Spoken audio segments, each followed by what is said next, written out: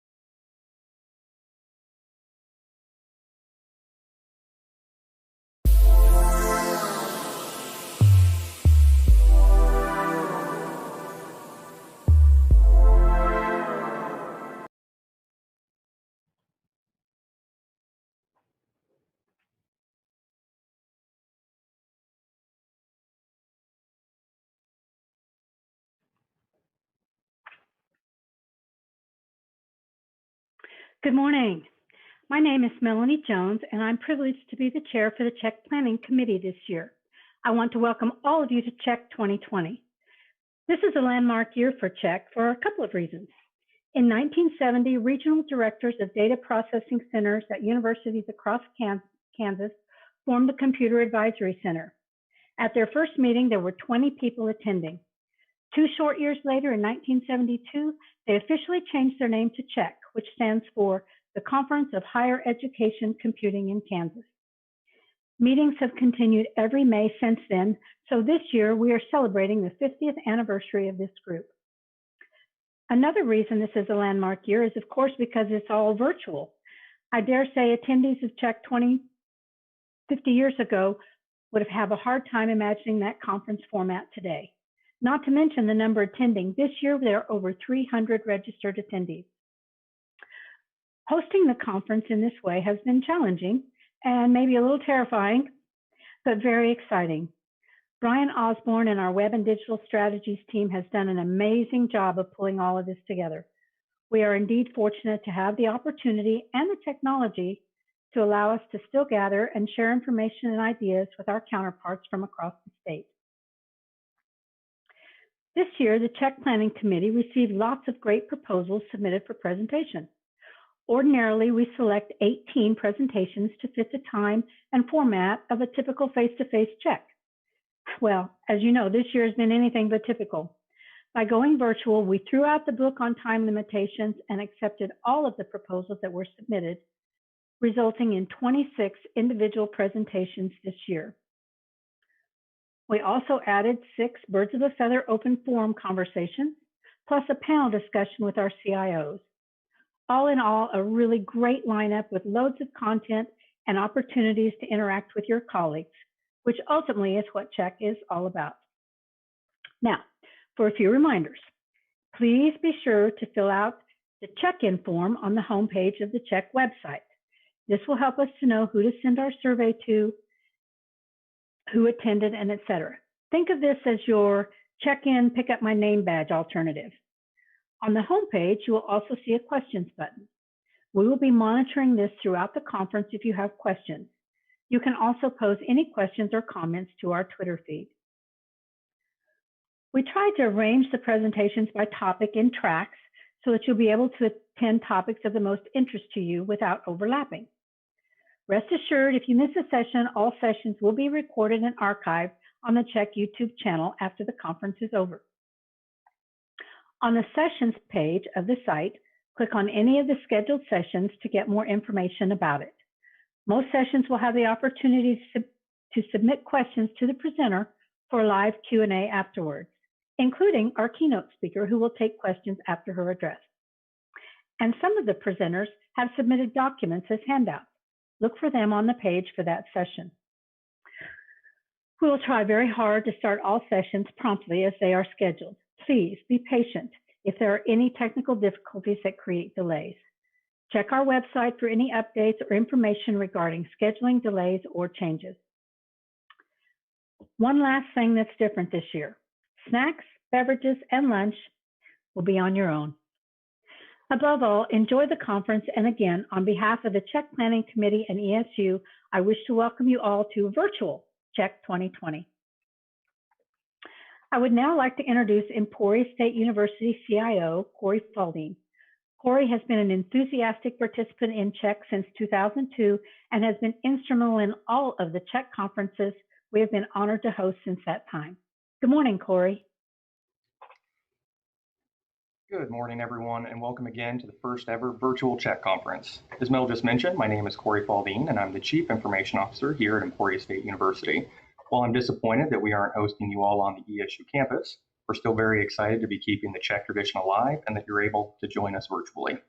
I do want to take a minute to give special thanks to Melanie, to our region-wide CHEC Planning Committee, and to all the ESU staff who've been planning to make this event. These folks were already working 100 miles an hour to host a successful conference on campus, and they actually somehow kicked it into overdrive on incredibly short notice to make it virtual. To all of you, thank you. Melanie, thank you. We owe you a debt of gratitude for making this happen. What's amazing to me is that 2020 is already coming up on the halfway point, and just how much has already happened this year. Just about 3 months ago, everything we know was upended. Every single one of our organizations was impacted. But here's what I'm going to say about that. I genuinely believe that every one of our IT organizations rose to meet the challenge. Now, I'm not saying that things were perfectly smooth, that we haven't stumbled, had failures, or haven't had those if only we had done moments. But the one thing I keep hearing over and over again is how creative IT departments have been to help their students, faculty, staff, and their communities really leverage technology to keep people connected, to keep their operations going, and to do everything we can to find opportunities for folks in the most frustrating and chaotic of circumstances. I have seen some tremendous things that people across the state have done to make technology as inclusive and accessible as possible. Hotspots in rural areas, drive up and school bus Wi-Fi, getting devices in the hands of students and parents so that they don't have to share now that everyone's in the same house at the same time. I've seen us take giant leaps in finding ways to help with digital accessibility, helping develop hybrid courses, digitizing business processes, doing these things in days instead of in months. I've seen partnerships with cities and local healthcare providers, leveraging 3D printing to create PPE, building apps to assist with institutional contact tracing. Institutions have substantially shifted their infrastructures and services to support remote work and instruction, reimagining how we make traditionally face-to-face events effective in a virtual environment. What I've seen are IT departments and an educational community bending over backwards to help each other. It's impressive, it's humbling, and it reminds me why I work in IT.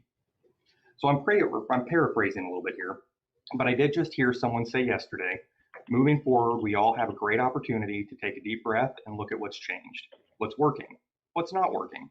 Consider what we're doing and what we're providing for the best services to our organizations and really focus on those areas. With that in mind, I'm going to introduce our keynote. I've only known her now for a little under a year, but I'm so grateful to have her in the role that she's in, especially right now. Dr. Deangela Burns-Wallace was appointed as the Secretary of the Kansas Department of Administration by Governor Laura Kelly in July 2019 and confirmed unanimously by the Kansas Senate in January. In addition to her role as Secretary, Dr. Burns-Wallace was named the Chief Information Technology Officer for the state of Kansas Executive Branch in August. Dr. Burns-Wallace is the first woman of color to serve in both of these leadership positions for the state of Kansas.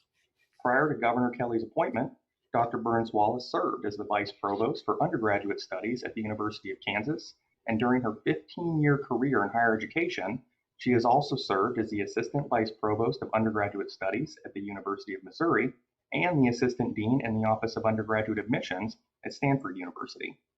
Dr. Burns-Wallace continues to hold faculty appointments at KU, MU, and the University of Southern California.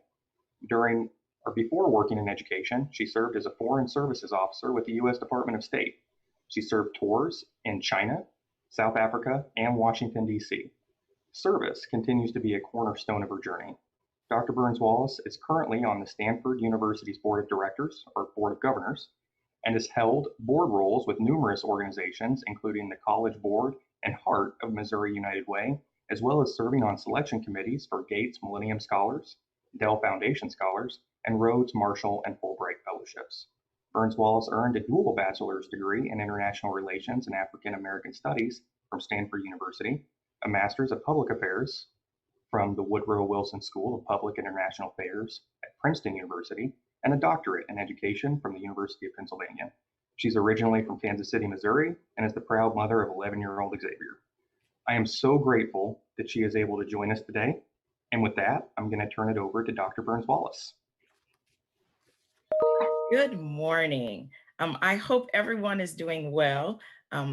As everyone has said this morning, this is not how we had planned to do this, but I am so excited to be here and to join you this morning.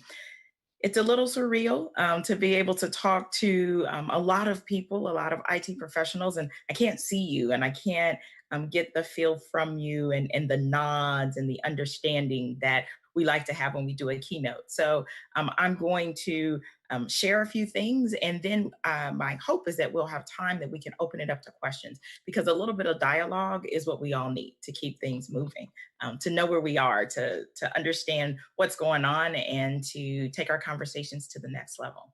First and foremost, thank you to Melanie and Cory and the rest of the planning committee for this invitation, for putting this together, to have the time to really take a step back and to be reflective, not just during this time, but at any time in our careers is very important. It's how we continue to be those leaders. It's how we continue to be innovative in the ways that have been shared this morning. It is important. So I was excited to hear that the conference would continue to go on, that we just be a little bit more creative about how we delivered it. I remember when Cory first asked me if I would join for this conversation to be a keynote. And I said, okay, so tell me a little bit about the group and the conference and tell me about what you would like for me to talk about. And what he wrote to me was, we would love to hear your vision on how technology fits into goals and the future of our state and how important our IT role is in that vision. So of course, this was back around late February, probably about February 26, 27. So I was like, okay, that's great. Perfectly, that's something we can lay out. And then about 2 weeks later, our world began to shift. In mid-March, as all of you know, things became a little bit more clearer as to what we were facing. And then over the next 8 weeks, we would learn more and more every single day, with every single conversation, with every single data point. And as we learned more, we actually had more questions.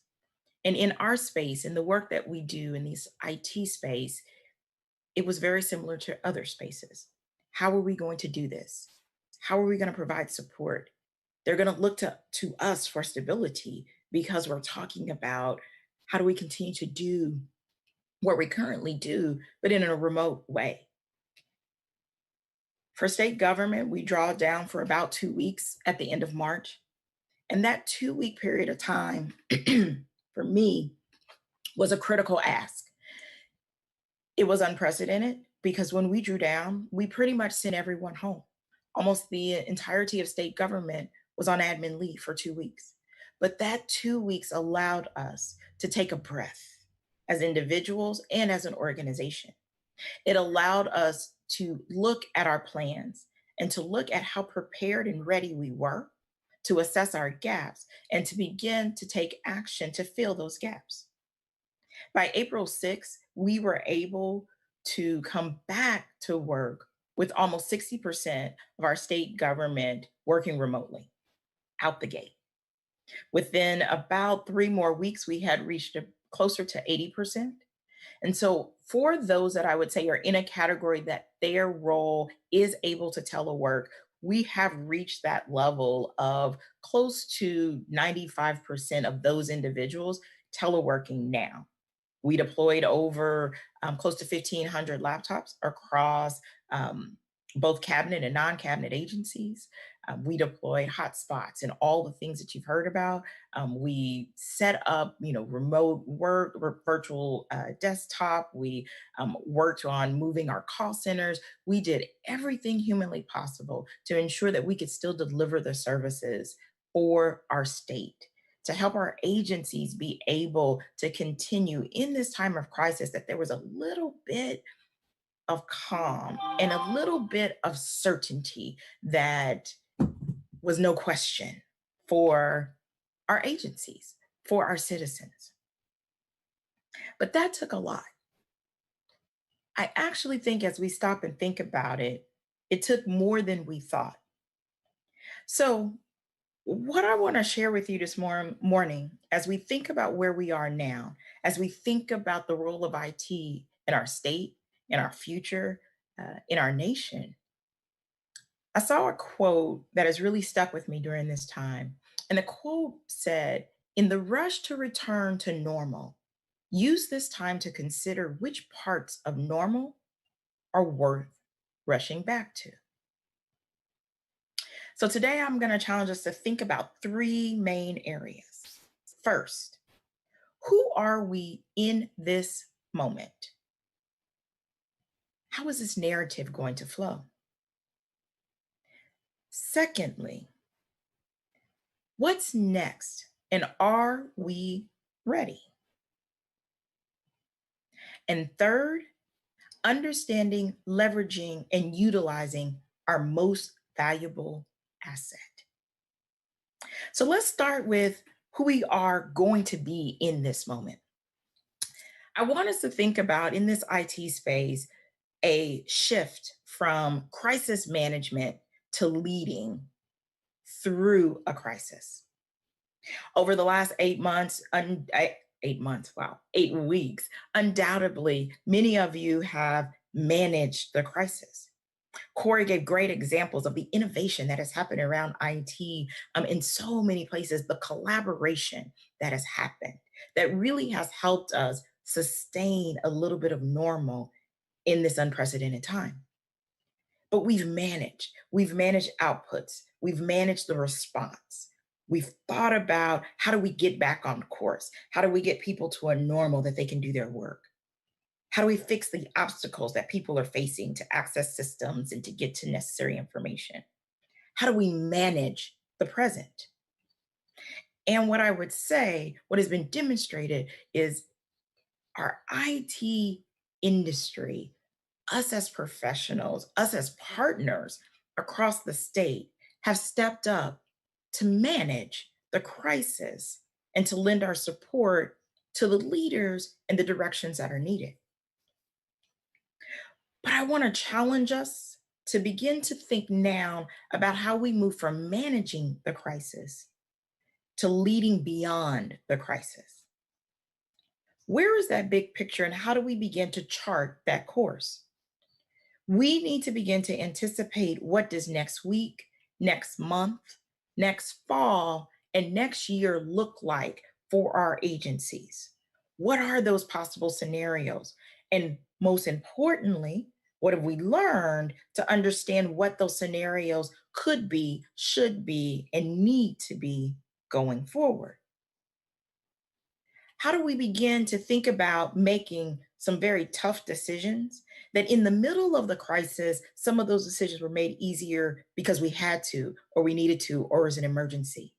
But some of those tough decisions that are on our horizon are some that some may not be willing to make as they feel the crisis has settled. But we're not settled. We need to think about, how do we lead long-term? How do we move through and help our organizations think about charting this course? And in this, directing the narrative.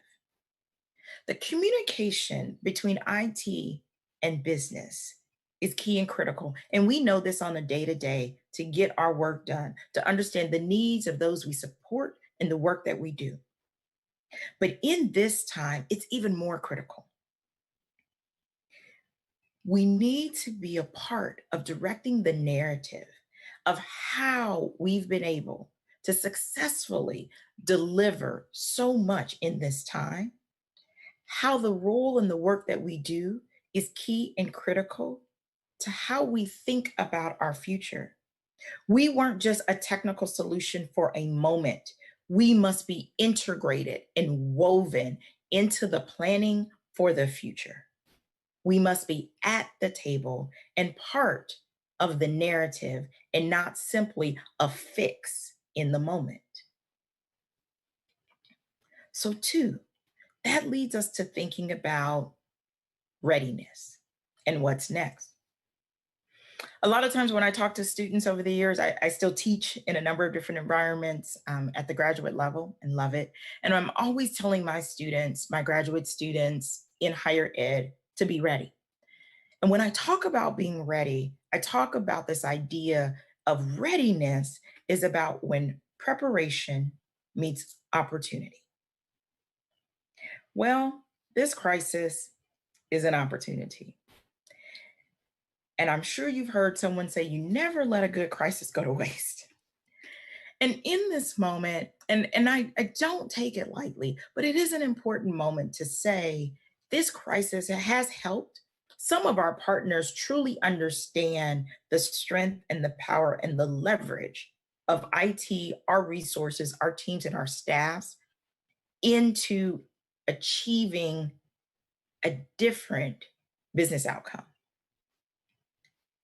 So as we look forward, we have to think about and use our lessons learned to understand where we need to go to help our organizations think about what's next. I can say in our own organizations for the state, in many pockets, we have changed hearts and minds in these 8 weeks about remote work and productivity and the effectiveness and the efficiencies. I have agencies that while we had a state remote work policy, would never engage it, would believe that they could not deliver their services accordingly. We've changed some of those hearts and minds. But we need to make sure, again, that we're taking the lessons learned and that we're pulling them through so that it's not a moment or a crisis response, but that it is, again, integrated into and interwoven into the future strategy. For us at the state, some of our lessons learned was that we could deploy and actually get our operations up and running in a matter of weeks. And if you had asked us that a few months ago, I don't know that anybody would have said we could have done that. So we have to trust the ability and the infrastructure that we actually have there. And now we want to push it more to understand what all we can do. Other lessons learned for us was that there were pockets and pieces of our systems that were truly ready for this, and that there were others that were not. But we did not have a good understanding of those differences. When we went to flip certain switches, we assumed we were all ready to go. And those gaps became readily apparent very quickly. And those gaps are the areas that we have to figure out, how do we feel and how do we turn those as we move forward? Everything's from virtual desktop to even soft phone deployment, some things that, our firewalls, our VPN loads, some of those things we knew were there, they were in place, they were ready to go. But we realized we actually had never tested the load or the full capability. So in those early days, we were very nervous, but it worked and it held. And a lot of that I pushed back into my team and said, because you did prepare, you may not have realized you were preparing for this crisis, but we did have the foundation. So also trusting what we had there. But those lessons learned and taking a moment to truly debrief this first phase, because it's not over. Our crisis, we are still in the middle of it. It is going to evolve. We don't know what it's going to look like in 6 months or a year. But through this phase, for many of us, we've hit at least a new normal steady state. So I push us back into the quote to say, as we build our new normal, use some time to consider which parts are not worth rushing back to, which pieces have truly brought gains to our organizations, to our staff, and which pieces have shown us that the way we have done things from years may not be the best way forward. And I challenge us in this lessons learned, not to forget the things that didn't work, not to forget the failures, not to forget the gaps, not to sugarcoat it, because in those failures are the best lessons learned of how and what we need to do better as we prepare for that next step. I'm going to round us out by talking about and thinking about our most valuable asset. As an IT group of professionals that support some of the most important and critical functions in our state, across state government and higher education, the most valuable asset that we have is you. And what I will challenge us to do as we think about our new normal is we need to make sure that we are assessing our own needs and the needs of those that we lead. I go back to the conversation that we had at the state when we were going through that drawdown period. And even some of the conversation we're having now as various agencies are thinking about what does their reopening plan look like? What does the fall look like? I have stopped every secretary, every cabinet level secretary and said to them, some of this is about taking a breath. So as much as it is about, we need to make sure we have everything in place. We need to have time to prepare. We need to have time to deploy. When we took the 2 weeks where we drew down the government, that was those last 2 weeks of March, where the realities that schools were going to move to a virtual environment for the rest of the year had just happened. That many people were learning that they were going to be working remotely, that people were beginning to understand what this crisis was, what this virus was, and the vulnerabilities and the sensitivities. And the numbers were beginning to skyrocket across the state, even though we hadn't quite seen them in Kansas as of yet. In that 2 week period of time, there was so much as individuals we needed to digest. As Cory mentioned in my intro, I have an 11-year-old son, Xavier. He just finished up 5th grade. And I just say just finished. Today is field day and tomorrow is the last day of school. And when I tell you these last 8 weeks have been some of the most challenging, and it had nothing to do with work, trying to maintain and manage and do the work that we needed to do for the state, to support both of my agencies, all of that compared trying to help my 5th grader with homeschooling and his math. And I've seen many videos on YouTube and Facebook and things like that. But there are things that are real. Like, I am not a math teacher, right? I enjoy math, but I'm not a math teacher.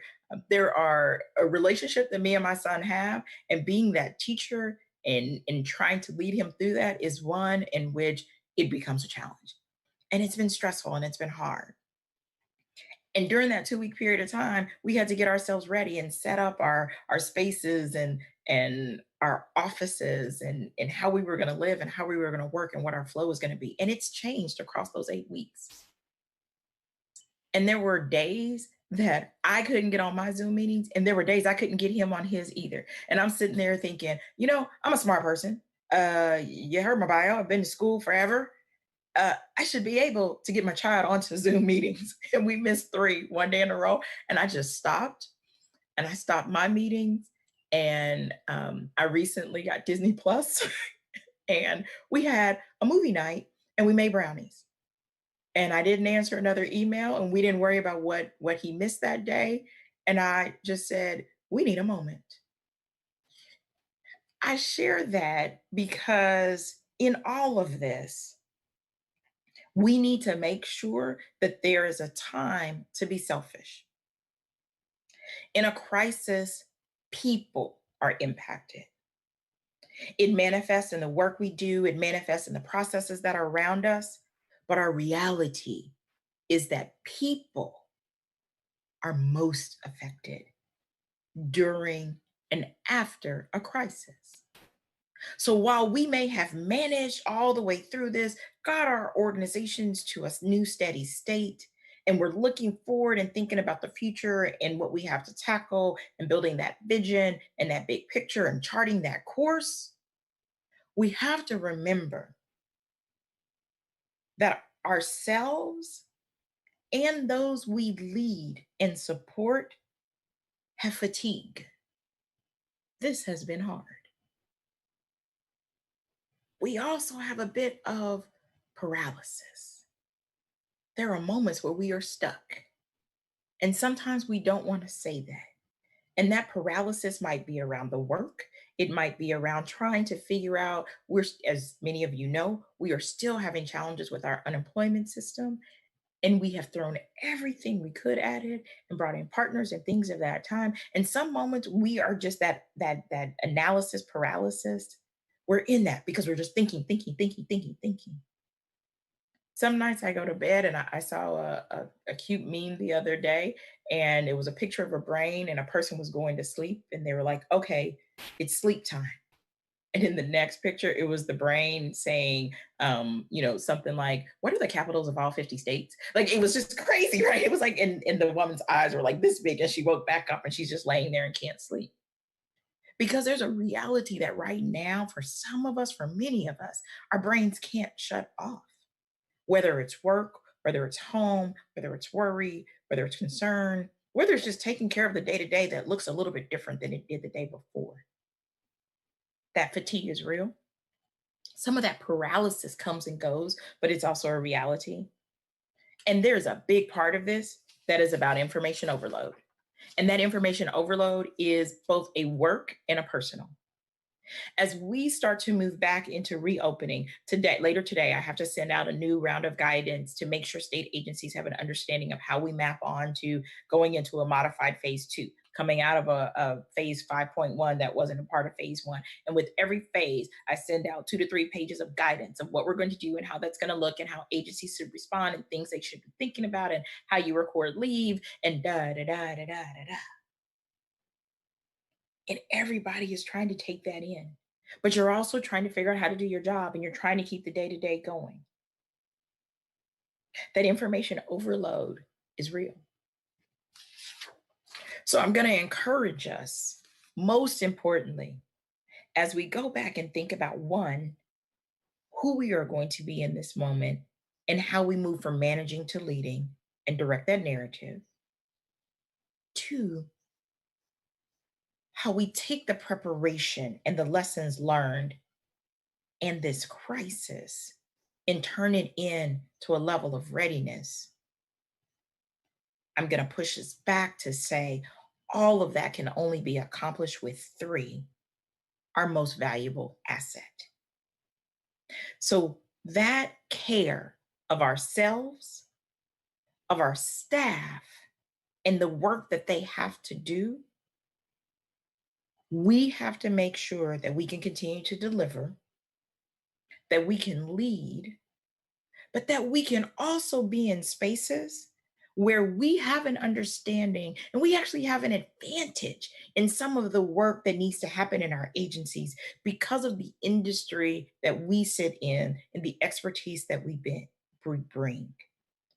This is our time to shine.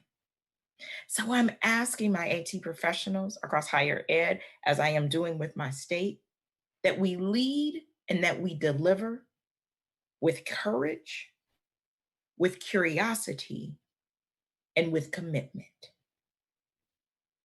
That leading with courage means pushing some of the tough and difficult conversations that maybe we never wanted to have before.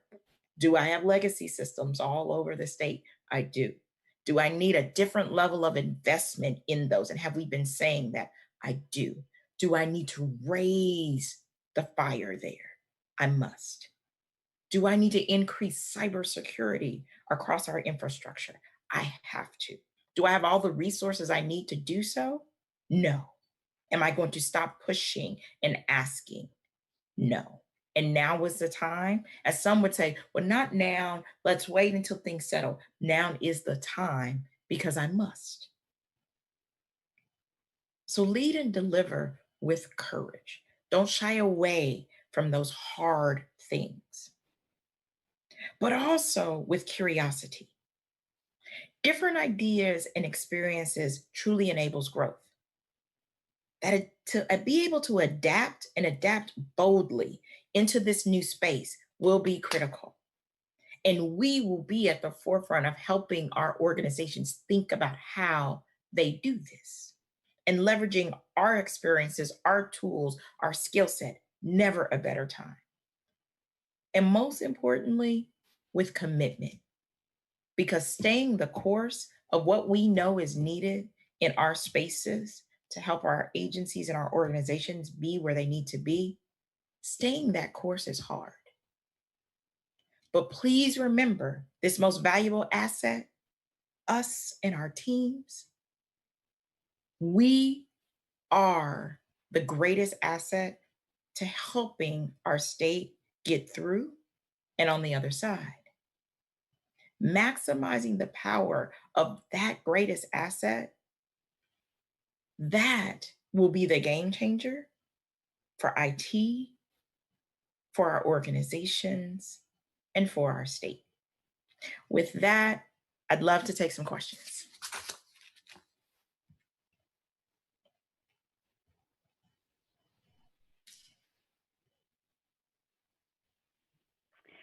Thank you, Dr. Burns-Wallace. I do have some questions. This is Melanie, and I'll be reading some of these questions that have been submitted. Excuse me. What's been the hardest challenge of providing accurate and timely information about COVID? What information should universities be pursuing to collect and display in the fall to ensure the safety of our communities? You know, I think part of it is where I go back to that conversation about the information overload. There's been almost so much information that it's overwhelming that you don't know where to start, right? One of the things is always, we want to make sure that we are using the most valid sources. And so validating every source. Early on, there were some malware maps that were trying to show kind of the spread of the virus, and it actually was malware so that people would click on a state and it would infect things. And so, you know, making sure whatever resources you use are being validated. And I actually would say triangulated, where you're getting multiple points of data and using it. I think as we think about the fall and think about what types of information, particularly higher ed institutions need to be making sure is available, I think there's, you know, we started to do this in the state. There is information that is more about the public health crisis itself. And then there is information that is about the delivery of services that you provide. And then there is a set of information that is also operational in terms of almost internal to what you need to provide for people to deliver that second bucket. So I think in higher ed, thinking about how do you separate out that information in a consistent way will be important. Being able to provide some high level public health related information that is tied into the state information and given context, and then maybe drills down to your personal environment could be one bucket. The second bucket is really about what you deliver. What are the services? What are the things that students and your environment need to access? And what will those look like? What will be, are there things that'll be impacted? Are there things that you need to track on so that people are seeing movements up and down? And I think if you think about how we deliver services, if you think about how our students and faculties and staff consume services, and take a little bit of that apart, what's internal and operational and types of information that we need to offer from an operational standpoint of kind of business continuity, and then what is kind of front-facing services and things that people need to do their day-to-day job or need to engage with to continue to take their classes or have access to various information. The challenge here is that it'll never be enough and it'll always be too much for some. The trick is, I would focus again on, from an IT standpoint, being fully integrated into the business discussions of how and what our universities are saying in terms of the story, and overlaying how we then can help them demonstrate and show that through those three pockets of data. Thank you. Next question. Mm-hmm. A major struggle we had was getting appropriate broadband access for students, staff, and faculty who live in rural areas across Kansas. I made some progress in working with providers across the state, but it was still woefully poor access. What is happening statewide to build the rural broadband capability? There are a couple of initiatives in that space, and I know our Department of Commerce has actually been very active in doing some of this work, as well as the Department of Transportation. This crisis, again, has helped to highlight the importance of that, and it's one of those spaces where we're looking at, from that larger perspective, are there dollars that are coming in from the federal level that can be leveraged into this, because we know that this is more of a long-term issue and it impacts, for you all, like access for your students and faculty. But what we have also seen from the public health crisis is that it has had a tremendous impact on our healthcare and first responders and access to various things and communication. And so what I would say is that this is a high priority. It's one of those things that it's been on the radar. It has been a conversation in a number of task force, I know, over the last few years, but this crisis has helped to truly identify where those gaps are, and taking a number of maybe new partners coming to the table to figure out what could that look like as a statewide initiative, and what type of resources realistically would we need to be able to invest to put a stronger plan together. So I don't have a great answer. What I can tell you is that this has helped to highlight the importance of an issue that people had an awareness of, but maybe didn't quite understand the severity or the depth of the impact or the lack of thereof. So I would say stay tuned. There's definitely more to come in this space that must be done, and must be done rather soon, actually. So thank you. Mm-hmm. And thank you for the keynote. Fantastic message. Your leadership skills jump off the screen. You touched on some of the struggles the state unemployment system, which has been highly criticized in the media, and those who are affected.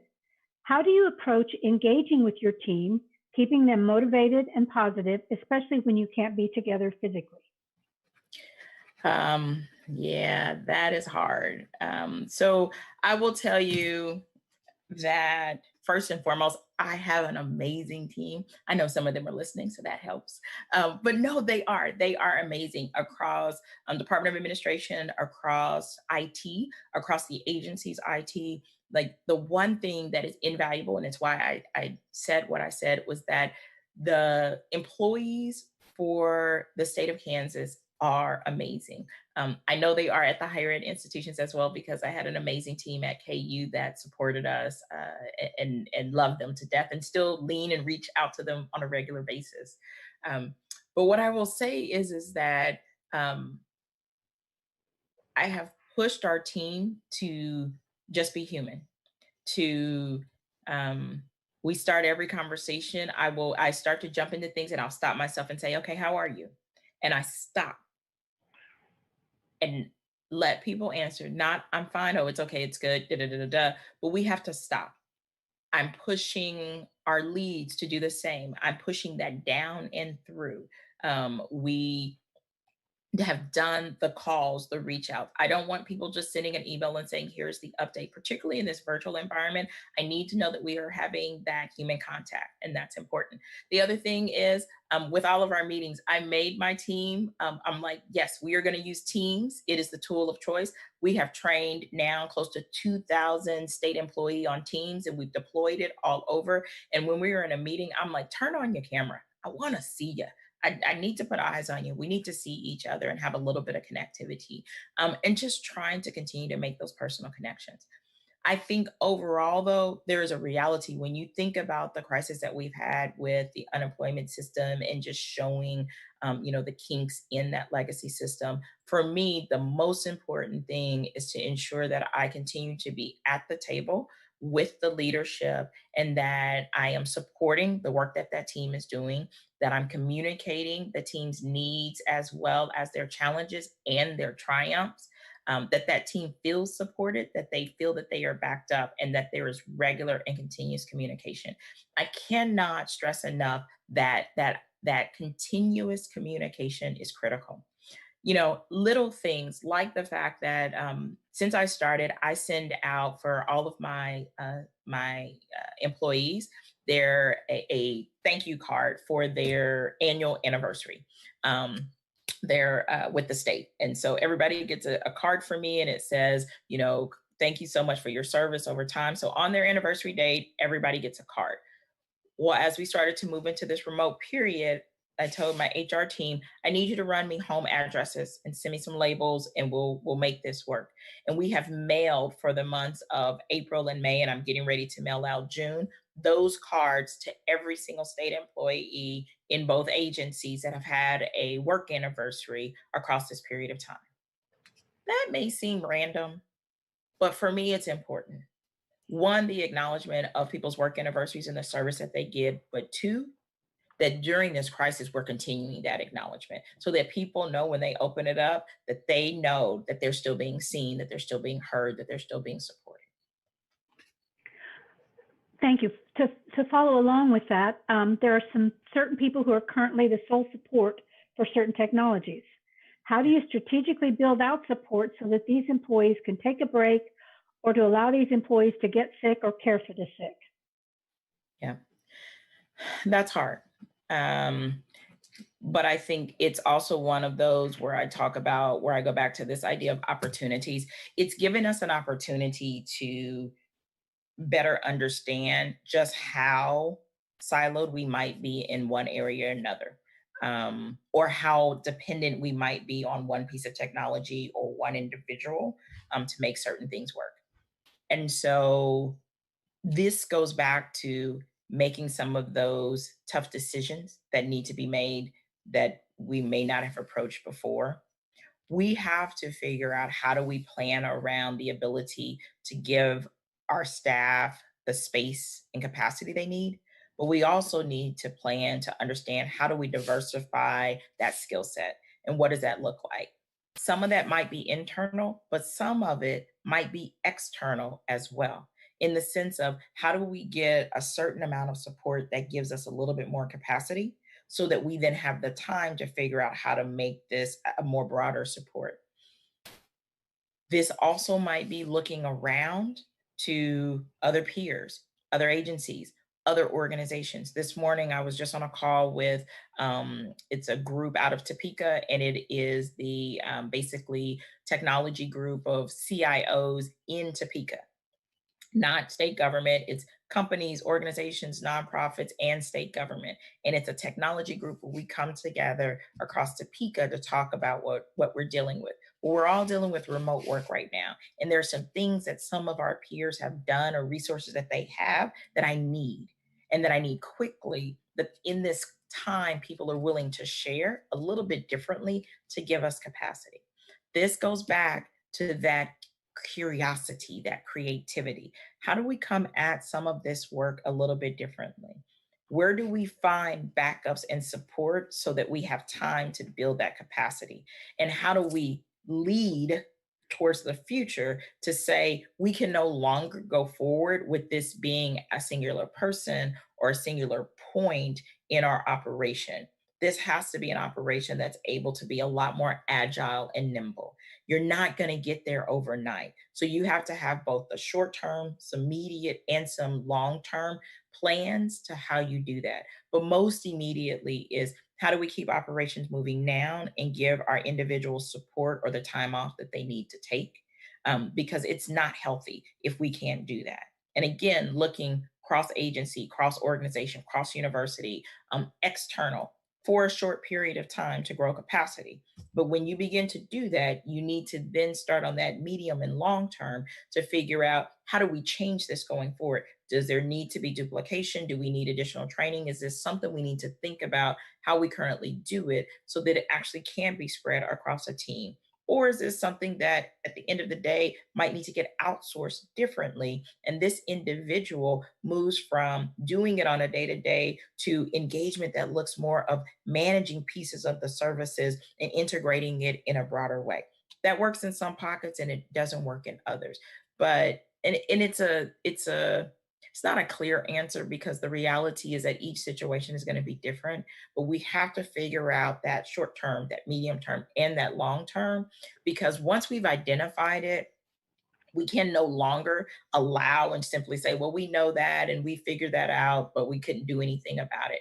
That's unacceptable from a leadership standpoint. Once you know when you've identified it, and this particular crisis is shedding great light on some of those areas, we as leaders have to be responsive enough and take some of those tough decisions to actually get us into a better place for our organizations and for the state. So how do we advocate for the use of technology to create positive change in higher ed to non-IT during this time in order to bring higher ed to a better place overall? I think that I don't know that you have to advocate as hard as you had to before, because I think that there's some things that people are just seeing and learning and realizing, wow, I didn't realize that. Or, oh my goodness, I didn't know the level of expertise and resources that we actually already had on hand. I think it is critical that we are in the right places and spaces and conversations, that we're at the leadership tables, at the tables that are setting the strategy and being visionary. So the leaders who are part of this group, like, I need you leaning in and being at those tables, because I don't know that we have to push and advocate as much as, like, in the sense of an understanding of the value. I think we have to be there so we're integrated into the strategy, that we're not the afterthought, that the strategy is built as to what's going to happen in the fall. And then they come to IT and say, now, can you do this? And then this point and this point. I think we have to say, if this is the strategy, here are the things we can leverage into different parts of the strategy. And have we thought about this and this and this, because we can do this? A lot of times when we are building vision and strategy coming out of a crisis, we don't know what we don't know. One, about what the future holds, but two, even fully about our current capability. And so this is where I lean in and say that we must lead and deliver courageously, because we also in this space are going to have to put our necks out a little bit further and say, I think we can do this. If you give us a chance or an opportunity, I believe we can deliver this. Let us tackle this business problem and come back to you with some options. Sometimes in some spaces, we get burned when we do that, and have gotten burned in our higher ed environments. But this is a time not to shy away. We have to continue to be bold in these spaces. We have to continue to show our partners on the business side that return on investment, that value proposition that we bring in, and most importantly, the creativity and the innovation that comes with understanding the technology. I always would say the work that we did at KU of, I don't want to come in and start talking about we have X, Y, and Z solution and it does this, this, this, and this. I want us to build strategy. I want us to understand where we're going. And then I want to ensure that as we are building that we are leveraging the technology to get us there more efficiently, faster, smart, things of that way. And that's what the IT does. So being at the table, that's going to be critical. Offering solutions and recommendations, understanding and being integrated into that strategy is going to be critical. And fourth, being ready to deliver and try a few things along the way is also going to be very beneficial to our organizations. Thank you. I think we have time for just a couple more questions. Okay. You touched on the new normal and what it looks like for the future. How do we encourage our employees to consider remote work as a part of the new normal after COVID-19? You know, it's a tough question. We, even with the state, we're tackling this. I think there are some that have fully embraced it, and we're going to be hard pressed to get them back into the office. And I think there are others that cannot wait to get back in for the camaraderie, for the space, or that is just a space and place that they like to be.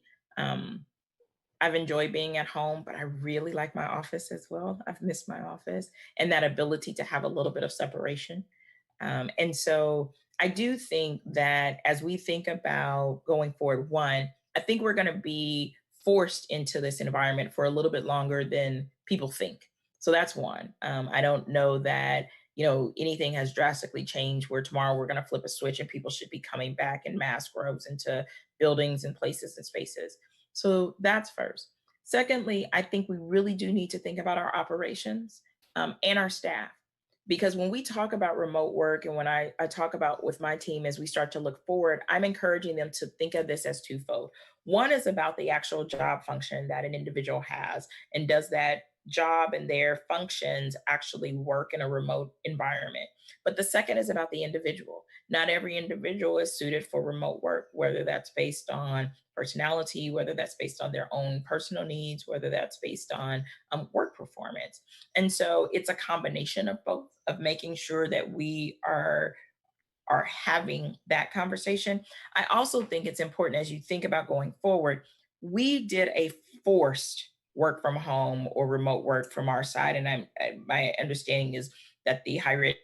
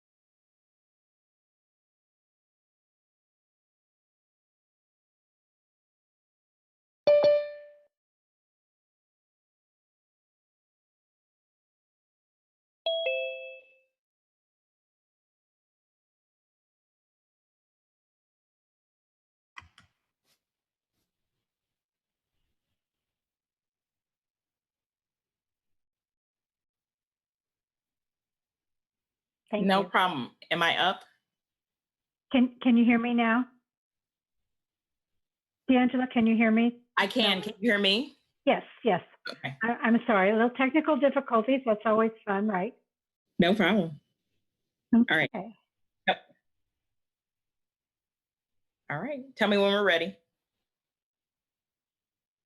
All right. So technical difficulties, it always happens, no problem. We were talking about as people start to come back. One of the things that I want to definitely share is what I've asked people to think about as you think about helping your teams move forward with remote work is that we did a forced remote work at the point of when the crisis happened. We had to send everybody home. What I'd encourage us to do is to think about it strategically going forward and having those conversations with the staff so that a staff member knows that it's been thought through as to why we're going to continue to remote work, why their position makes sense, why them as an individual makes sense. So that you go back to, well, how would you have done it if we hadn't been forced into it? You would have a conversation. There would be documentation where everybody understands expectations on both sides. You'd make sure that there are certain things that are in place. We almost have to like take a step back and make sure we do it the right way as we do a continuation of a remote work. The forced remote work moment caused us to say everybody just had to. So for those that might be struggling with it, they may feel like, well, now you're just making us all do it. But you might have to demonstrate that, no, we're still thinking about this strategically. And now we set up structures that will help sustain us for a period going forward and not just in reaction. And we're just forcing everybody to remote work. Thank you. One final question. Thank you for taking the time today to share your journey. What is the most important skill to move to the next step? The most important skill to move to the next step. You know, I would say that's hard, just one. I'm gonna cheat and I'm gonna say there are two things. One is being self-aware, having an awareness of where you are on your journey, in your trajectory, where your gaps are, where your needs are, how best you work, and then challenging yourself as you move from environment in environment to work on those areas. That also includes being willing to take critical feedback and use that feedback. Because if you are not getting better as an individual, as a teammate, as a leader, you can't keep moving because at a certain point, you will stop yourself. You'll be your biggest barrier. But with that, communication is also very critical. As you move to the next level, you have to communicate up, out, down, and sideways. Communication skills, the ability to articulate what we do and how we do it, and that value proposition in IT in particular is fundamental.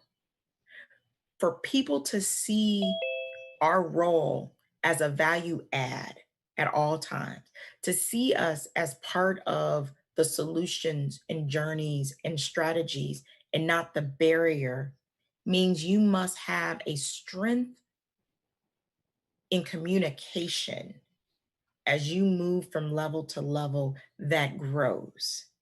That is key and critical, because you can deliver everything possible in an IT environment. And if people cannot hear you, if people perceive you as the barrier and not part of the strategy and the solutions, it doesn't matter how effective the IT issues, structures, support, or innovation is.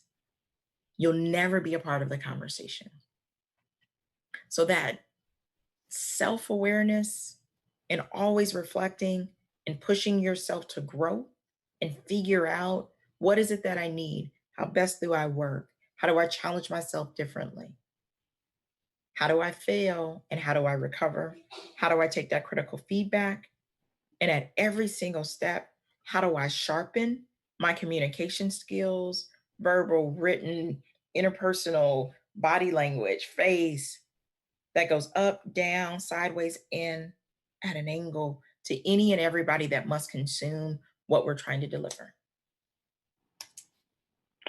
Thank you so much, Dr. Burns-Wallace. We really enjoyed your comments and appreciate the time that you took today. I know how busy you are and with the two agencies that you manage. So I appreciate, again, from ESU and from the Planning Committee, thank you so much for your time today. No, thank you all for having me. I hope you all have a great conference. There's some great topics that are out there. I'm hoping that some of that will be recorded, because there was a couple of things I wanted to try to catch, and I have meetings for the rest of the day. So are they going to be recorded? Yes, they will be recorded. Your talk this morning was also recorded. When it finishes streaming, we'll have a recording of that. So yes, we'll have recordings of everything. It will be really great. Wonderful. Enjoy your day. Enjoy this time to get together and learn and grow. And again, take a breath. Take the moment. Take a moment to refresh. Thank you for all the work that you do on behalf of the state, on behalf of your institutions. We could not be where we are today in the middle of this crisis without you. So please know, if it's not said as much as it should be, that leaders across the state have said in many pockets, we couldn't have done this without our IT. Our IT is amazing. Oh my goodness, we didn't even know what we had and how much they've been doing for us, but now we know. So please know that people are aware and they're paying attention. So use this time wisely. Thank you again. Bye. Have a great day. You too. Bye.